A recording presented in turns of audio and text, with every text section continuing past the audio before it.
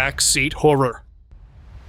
A driver was heading to his factory on a rainy night when he noticed something chilling, a figure sitting calmly on the back of the car in front of him.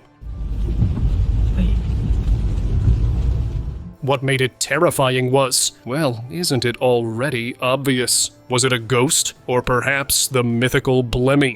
หลังรถนี่มันคนใช่ไหมวะทำไมไม่เห็นหัวเลยว่าจริง When the footage was later shown to the driver, he insisted that no one should ask anything about that night.